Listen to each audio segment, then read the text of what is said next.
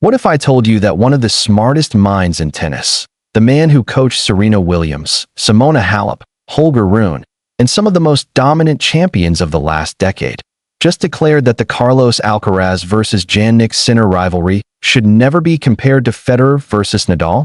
And what if I told you that he believes this rivalry isn't just different, it's something tennis has never seen before? Because Patrick Mouratoglou has spoken, and what he reveals completely reshapes how we should look at the Alcaraz-Sinner era. Welcome to Net Rush Report. This is Net Rush Report, your home for the most dramatic, intelligent, and emotional stories in tennis. Let's get straight into it. Patrick Mouratoglou is not someone who throws around bold statements without reason. He's one of the most respected coaches in the sport, a man who has seen tennis evolve through multiple generations. And in a new detailed post, he explained why comparing Carlos Alcaraz versus Jannik Sinner to the legendary Roger Federer versus Rafael Nadal rivalry is not only wrong, but completely misses the point. Because to Mouratoglou, what Alcaraz and Sinner are doing right now is a new chapter in tennis, one that did not exist before. The dominance nobody can ignore. Let's start with the numbers. For the past 2 years, Carlos Alcaraz and Jannik Sinner have owned men's tennis .8 majors in 2 seasons 4. Each both switching between number 1 and number 2. No one else, even touching the top ranking. Alcaraz already has 6 Grand Slams. Sinner has 4 and counting. And while the sport has seen periods of two-man dominance before, including Federer, Nadal, and Djokovic, Murray, Mouratoglou says this version is different because Alcaraz and Sinner are pushing tennis into a space of pure athletic chaos and technical evolution. They are playing a brand of tennis that is explosive, physical, fast, imaginative, unpredictable, and built on modern movement patterns that did not exist in the mid-2000s. According to Mouratoglou, comparing eras is like comparing different species. Federer and Nadal created a cultural and stylistic war. Alcaraz and Sinner are creating a scientific and athletic arms race. That's why people make the comparison, and why it's Mouratoglou understands why fans try to compare the two rivalries. Back in the mid-2000s, Federer was the golden child of tennis. He was the world number 1, playing a brand of effortless genius. Yet Nadal, young, wild, fearless, kept beating him. At one point, Nadal led the head-to-head by 6 wins out of their first 7 matches. Later, the gap grew to 2-4-16. It was shocking. It was confusing. It didn't make sense to casual fans. So now, when Jannik Sinner plays lights-out tennis week after week, and people call him the real number 1, but he still struggles against Alcaraz, fans think they're seeing Federer and Nadal 2.0. Mouratoglou believes the difference is simple. Unlike Federer versus Nadal, where Rafa clearly controlled most of the early matchups, Alcaraz and Sinner are far too close in level for anyone to claim one truly has the other figured out. Their matches aren't decided by style dominance, they're decided by inches.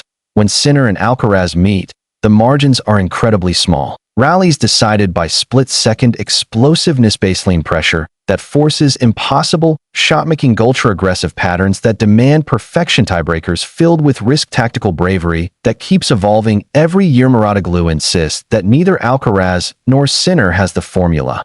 Nobody owns the rivalry. Nobody dictates it. It's a race where both players are growing at insane speeds, and every match becomes a reinvention. This is why Mouratoglou says comparing them to Federer and Nadal dilutes the uniqueness of this era. Federer and Nadal eventually became part of the Big Three story. Alcaraz and Sinner, however, feel like the start of a brand new age where every Grand Slam final could be a rematch of the last. For context, Nadal versus Federer early. 6-1 Nadal final tally. 24-16 Nadal now. Compare that to today. Alcaraz versus Sinner. 10-6 Alcaraz. There is no early domination. There is no clear mental edge. There is no surface advantage big enough to separate them. 1 week, Sinner looks untouchable. The next week, Alcaraz breaks him down physically and mentally. This is why Mouratoglou says fans should stop trying to label one as the real number 1. The results themselves show that both are equally capable of beating anyone, including each other, depending on form, tactical adjustments, and emotional execution. 2025. The year the rivalry ended. If there was any doubt about the magnitude of this rivalry, 2025 erased it. because Alcaraz and Sinner met 6 times this year alone, ending with the ATP Finals, where Sinner defended his Turin crown. But it doesn't stop there. In Grand Slams alone, they played 3 finals in one season. French Open Final, Alcaraz Wimbledon Final, Sinner US Open Final. Alcaraz, this is not Federer Nadal. This is not Djokovic Murray. This is something historically rare.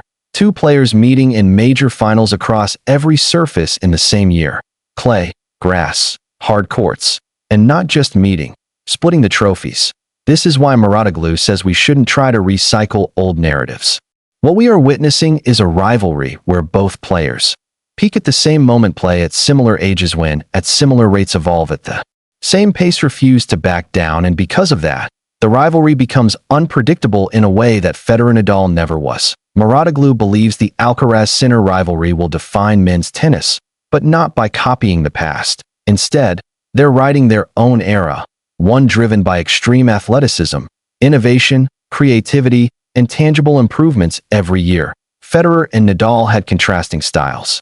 Alcaraz and Sinner have colliding superpowers. Federer and Nadal became part of a trio.